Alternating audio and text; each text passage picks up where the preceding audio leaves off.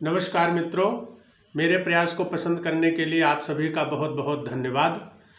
मित्रों, अगर अभी तक आपने हमारे चैनल को सब्सक्राइब नहीं किया है तो शीघ्र कर लें ताकि हमारा वीडियो सबसे पहले आपको मिल सके। मित्रों, आज हम समझेंगे कि हिंदू नारी की दशा में उत्तराधिकार के नियम क्या हैं। तो इसके लिए मित्रों हमें समझना पड़ेगा हिंदू उत्तराधिकार अधिनियम 1956 के प्रावधानों को। तो आओ मित्रों देखते हैं कि इसके प्रावधान यानी धारा 14 के अनुसार हिंदू नारी की संपत्ति उसकी आत्यांतिकता अपनी संपत्ति होगी। यहाँ पर ये इम्पॉर्टेंट है कि हिंदू नारी जो भी संपत्ति धारण करती है, उत्तर प्रदेश में कृषि योग्य भूमि को छोड़कर और समस्त संपत्ति आती है चल एवं अचल दोनों प्रकार की, वो उसकी अपनी संपत्ति होगी, यानी वो उसकी पूर्ण स्वामिनी होगी। लेकिन धारा 14 की उपधारा 2 ये कहती है कि कोई बात ऐसी किसी संपत्ति को लागू होगी जो दान या बिल द्वारा यानी वसीयत द्वारा या अन्य किसी लिखत के अधीन या सिविल न्यायालय की डिग्री या आदेश के अधीन या पंचायत के अधीन अर्जित की गई हो। यदि दान बिल या अन्य लिखत या डिग्री आदेश या पंचायत के निर्बंधन ऐसी संपत्ति में निर्बंधित संपदा विहित करते हैं, यानी मान लिया अगर कोई बिल की गई है और वो भरण पोषण के लिए है, उसमें संपत्ति दी गई है, या कोई ऐसी शर्त लगा दी गई है कि वो अपने जीवन काल तक उसको धारण करे, फिर उसके बाद दूसरे को संपत्ति ट्रांसफर हो जाएगी, तो वो उसकी पूर्ण संपत्ति नहीं मानी जाएगी। अब देखेंगे धारा 15 के अनुसार हिंदू नारी की दशा में उत्तराधिकारी के साधारण नियम कि यदि निर्वसियत मरने वाली यानी जिसने कोई वसीयत नहीं की है हिंदू नारी की संपत्ति धारा 16 में दिए गए नियमों के अनुसार निम्नलिखित को न्यायगत होगी, यानी इनको जाएगी अगर उसकी मृत्यु हो जाती है और वो संपत्ति को धारण किए हुए। तो का के अनुसार प्रथमतः पुत्रों और पुत्रियों को संपत्ति जाएगी, जिसके अंतर्गत किसी पूर्व मृत पुत्र या पुत्री के अपत्य भी है, और पति को यानी पुत्रों पुत्रियों और पति को जाएगी संपत्ति।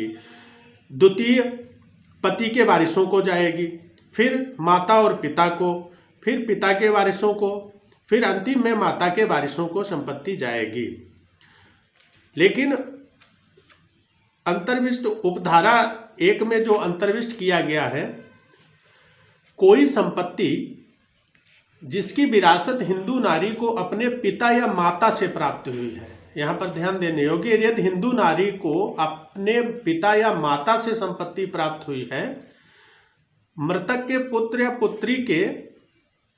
अभाव में उपधारा 1 में निर्दिष्ट अन्य वारिसों को उसमें विनिर्दिष्ट क्रम से न्यायगत न होकर पिता के वारिसों को न्यायगत होगी। यानी अगर मृतक के पुत्र या पुत्री नहीं है तो फिर वो पिता के वारिसों को जाएगी संपत्ति। खा के अनुसार क्या है कि कोई संपत्ति जो हिंदू नारी को अपने पति या अपने ससुर से विरासत में प्राप्त हुई है,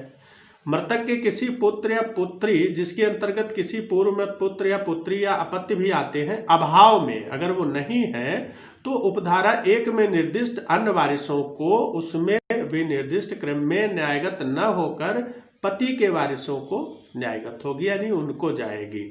दोनों कंडीशन क्लियर है, यदि वो पिता या माता से प्राप्त हुई है या पति या ससुर से प्राप्त हुई है या स्वयं की है तो उसके अनुसार धारा 15 के अनुसार न्यायगत होगी। अब इनका क्रम क्या होगा, ये धारा 16 कहती है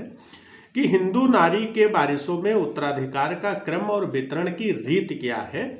कि धारा 15 में निर्दिष्ट वारिसों में उत्तराधिकार का क्रम और उन वारिसों में निर्वसियत की संपत्ति का वितरण निम्नलिखित नियमों के अनुसार होगा। अर्थात धारा 15 की उपधारा 1 में विनिर्दिष्ट वारिसों में से पहली प्रविष्टि में के वारिसें यानी जो का में है को किसी उत्तरवर्ती प्रविष्टि में के वारिसों की तुलना में अधिमान प्राप्त होगा। यानी अगर पहली प्रविष्टि यानी का के वारिस अगर मौजूद हैं तो फिर उनको मिलेगा, खा के वारिसों को नहीं मिलेगा जो खा में दिए गए, जैसे पति के वारिस, माता पिता के, इन सब के। अगर वो नहीं है, अगर का में जो वारिस वर्णित है यानी पुत्रों और पुत्रियों को मिलेगी, अगर वो नहीं तो फिर द्वितीय पति के वारिसों को जाएगी, अगर वो भी नहीं तो माता और पिता को जाएगी। इस प्रकार हिंदू नारी यदि निर्वसियत की मृत्यु होती है तो संपत्ति का वितरण धारा 15 और 16 के अनुसार होगा, किसको प्राप्त होगी। इस प्रकार मित्रों हमने समझा कि हिंदू नारी की मृत्यु के दशा में उत्तराधिकारी के साधारण नियम क्या हैं। इसके वीडियो देखने के लिए जो कीमती समय मित्रों आपने दिया उसके लिए आपका बहुत बहुत धन्यवाद।